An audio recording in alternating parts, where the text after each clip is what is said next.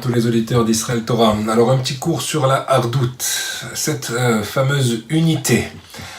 Alors Baruch Hashem, déjà c'est très important de voir comment les choses ont évolué depuis plus d'une vingtaine d'années, et notamment ici en Israël, tous ces clivages religieux, non religieux, qui pas comme ça, qui pas comme ça. Aujourd'hui, c'est pratiquement révolu, Baruch Hashem. Ce qui m'avait profondément marqué, moi, quand je suis arrivé, c'est que j'avais jamais vu un gadol, des gens grands en Torah, qui faisaient la moindre différence si la personne qui venait leur parler avait une kippa comme ça, une kippa comme ça. Et donc, je ne comprenais pas pourquoi, parfois, les élèves de ces gens-là ne réagissaient pas, eux, de la même façon. En fait, on se rend compte que c'est un problème très souvent chez la personne qui croit maintenant ou qui souhaite avoir à tout prix détenir la vérité et qui pense que maintenant, si ce n'est pas comme lui, alors lui-même va s'effondrer. Et donc je pense que la carence est chez la personne et non pas du tout dans le système qui était. Au contraire, je crois qu'il y a une pluralité, et c'est toute la beauté du peuple juif, savoir une pluralité de façons de raisonner, de façons de penser, de mettre l'accent sur des choses ou d'autres choses. Évidemment, ne pas aller dans l'extrême, parce que les extrêmes ne sont jamais bons. Deuxièmement, que ça soit toujours dans la Torah, il faut que ça soit elle qui soit toujours la source et le moteur de toutes nos aspirations et de toutes nos convictions, quelle qu'elle soit. Et Baruch Hashem, aujourd'hui, c'est un plaisir de parler avec ces gens-là, qui sont apparemment, mais c'est vraiment ridicule de croire comme ça qu'ils seraient différents, mais en fait, au contraire, c'est une complémentarité qu'il y a lorsqu'on a la chance de rencontrer des personnes qui ont suivi un cursus différent. Voilà, ça c'est déjà la première chose à dire. Et même pour ceux qui n'ont pas eu la chance de découvrir la Torah, on doit aussi, comme nous disait le Chafetz Chaim, les rapprocher avec des cordes d'acier d'amour.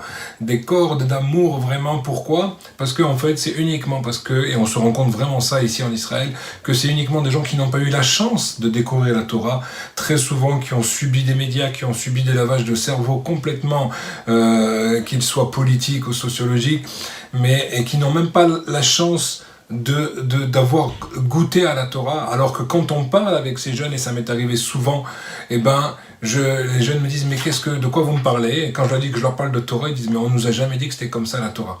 Donc, Baruch Hashem, l'unité, elle est de plus en plus forte, cette Hardout, elle devient de plus en plus grande en Israël. Et c'est pour le bonheur de chacun d'entre nous, et surtout pour le bonheur d'Akadosh Baruch Hu, parce qu'il n'y a rien de pire que justement de disloquer les membres du peuple juif. Maintenant, je voudrais mettre plutôt l'accent sur quelque chose de plus particulier, parce qu'il y a une Hardout que l'on oublie souvent de faire, et qui demande un vrai travail, et c'est, je pense, le vrai travail, c'est justement de faire l'unité entre mon extériorité et mon intériorité. Et notamment de parvenir à ma neshama. Très souvent, les gens font l'erreur de croire que nous sommes des individus dans Akadosh Baruch Hu dotés d'une neshama. Et c'est totalement faux. Il faut savoir que nous sommes dans l'essence uniquement une neshama qu'Akadosh Baruch Hu a recouvert d'un corps. Ce corps-là, c'est un habit, cette neshama, elle est déjà venue plusieurs fois avec des habits différents, des corps différents, des périodes différentes, sûrement des pays différents. Et donc, on est venu pour réparer certaines choses. Mais très souvent, on peut tomber dans un piège, c'est de devenir religieux, chas v'shalom. Ça veut dire quoi, religieux ? Ça veut dire que je vais faire maintenant de mes mitzvot une religion. Or, dans la Torah, il n'y a pas du tout cela. Il n'y a pas du tout de religion, il y a uniquement un chemin de vie, un chemin de vitalité, un chemin d'amour et de rattachement à notre Créateur. Mais pour arriver à cela, il faut que j'arrive à dépasser les clivages de mon ego, à dépasser les clivages de mon corps pour parvenir à ma neshama. Chazal nous ont donné, et c'est la Torah qui nous donne en fait, dans la première paracha de la Torah, dans Bereshit, lorsque l'homme a été créé, elle nous donne le secret de savoir quel est l'outil qui va me permettre de rentrer en communication avec mon âme.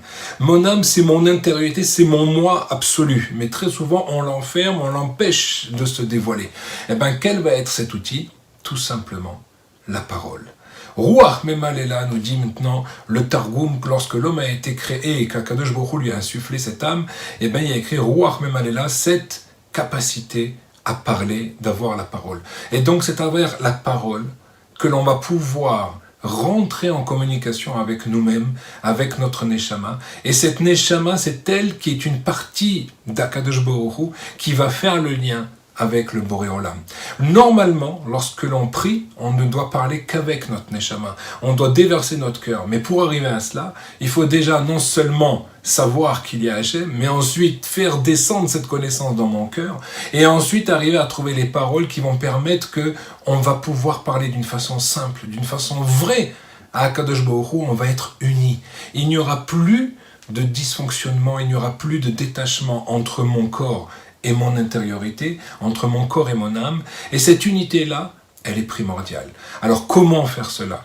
Eh bien tout simplement, prendre du temps, chaque jour, enlever le téléphone, enlever tout ce qui nous embête, et aujourd'hui dans ce confinement, on a l'occasion de le faire, c'est peut-être pas pour rien qu'Akadosh Baruch Hu nous dit maintenant, je vous remets les compteurs à zéro, on redémarre, eh bien de prendre du temps et de parler doucement, dans le sens où, avec des mots simples, dans le sens avec des mots vrais, de réaliser Akadosh Baruch Hu, tu es à côté de moi, je ne te vois pas, mais je sais que tu es là.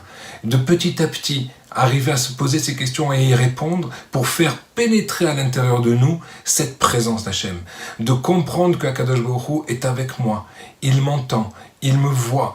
Tout ce que maintenant je ressens, il le ressent. Et donc d'arriver à lui demander justement de nous mettre sur le véritable chemin pour lequel nous sommes arrivés aujourd'hui. Lui demander également qu'il nous aide à grandir dans la Emouna, à grandir maintenant dans ce ressenti-là de notre âme, de notre intériorité, pour qu'on ressente Akadosh Baruch Hu avec nous dans tous nos gestes au quotidien, dans tout ce que nous allons faire.